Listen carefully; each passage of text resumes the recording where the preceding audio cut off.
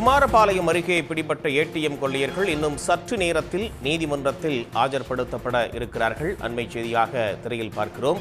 இன்னும் சற்று நேரத்தில் நீதிமன்றத்தில் கொள்ளையர்கள் ஆஜர்படுத்தப்படுகின்றனர். இது குறித்த தகவல்களை நேரலையில் வழங்குவதற்காக இணைகிறார் செய்தியாளர் குணசேகரன். நீதிமன்றத்தில் இன்னும் சற்று நேரத்தில் ஆஜர்படுத்தப்படுகிறாங்க. அந்த வளாகத்தில் என்ன மாதிரியான பாதுகாப்பு ஏற்பாடுகள்லாம் செய்யப்பட்டிருக்கு? நிச்சயமாக நேற்று இதே நேரத்திற்கு இந்த குற்றவாளிகள் பிடிபட்டார்கள்.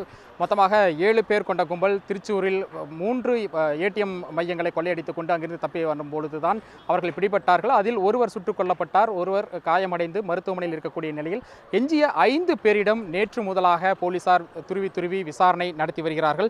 வெப்படை காவல் நிலையத்தில் வைக்கப்பட்டிருக்கக்கூடிய அந்த 5 பேரிடமும் சேலம் சரக DIG, Namakkal SP, Krishnagiri SP மற்றும் தனிப்படை போலீசார், கேரள போலீசார், ஆந்திர போலீசார் என ஒரு போலீஸ் பட்டாளமே இவர்களிடம் துருவி அந்த விசாரணை என்பது நடைபெற்று வந்தது.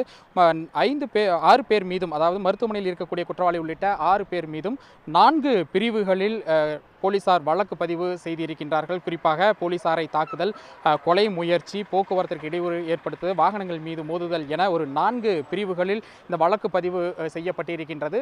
அதற்கான ஆவணங்கள், எஃப்ஐஆர் உள்ளிட்ட அனைத்து ஆவணங்களும் தயார் செய்யப்பட்டு குற்றவாளிகளிடம் வாக்குமூலங்கள் பெறப்பட்டிருக்கக்கூடிய சூழ்நிலையில் இன்னும் சற்று நேரத்தில் இங்கு இருக்கக்கூடிய 5 குற்றவாளிகளையும் நீதிமன்றத்தில் நீதிபதி முன்பாக ஆஜர்படுத்த இருக்கிறார்கள். இதற்கு முன்பாக இந்த 5 பேரிடமும் வாக்குமூலங்கள் பெறுவதற்கு மொழிபெயர்ப்பாளர் ஒருவரை அழைத்து வந்திருந்தார்கள். அந்த மொழிபெயர்ப்பாளரிடம் கேள்விகளை சொல்லி மொழிபெயர்க்க வைத்து அவர்களிடம் குற்றவாளிகள் 5 பேரிடமும் பதில்களை பெற்று அவற்றை ஆவணங்களாக தொகுத்து இருக்கிறார்கள்.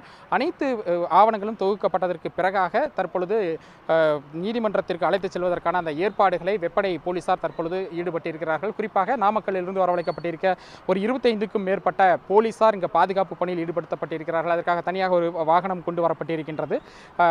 நாமக்கல் அரசு மருத்துவமனையில் உயிரிழந்த உடல், அதாவது ஜுமைனின் உடைய உடல் அங்கு வைக்கப்பட்டிருக்கிறது. அதற்கான பிரேத பரிசோதனை நடைபெற இருக்கின்றது. அந்த பிரேத பரிசோதனையில் பங்கேற்பதற்காக குமாரபாளையம் ஜுடிஷியல் மேஜிஸ்ட்ரேட் மாலதி அவர்கள் அங்கு நேரில் சென்றிருக்கின்றார். அந்த பணிகள் முடிவடைந்ததும் அவர் இங்கு குமாரபாளையத்திற்கு வர இருக்கின்றார். அவர் வந்ததும் அவரிடம் இந்த குற்றவாளிகள் 5 பேரையும் நேர்நிறுத்த இருக்கிறார்கள். அதற்கு முன்பாக குமாரபாளையம் அரசு மருத்துவமனைக்கு அழைத்து சென்று இவர்களுக்கு உடல் பரிசோதனை நடத்தப்பட இருக்கின்றது. அந்த பரிசோதனை முடிந்ததற்கு பிறகாக 5 பேரையும் நீதிபதி மாலதி முன்பாக ஆஜர்படுத்தி சிறையில் அடைப்பதற்கான அந்த பணிகளை தற்பொழுது இருக்கக்கூடிய வெப்படை போலீசார் ஈடுபட்டிருக்கிறார்கள். இதன் காரணமாக ஏராளமான போலீசாரும் இங்கு குவிக்கப்பட்டு ஒரு பரபரப்பான சூழ்நிலை என்பது இந்த வெப்படை காவல் நிலையத்தில் தற்பொழுது நிலவிக் கொண்டிருக்கிறது.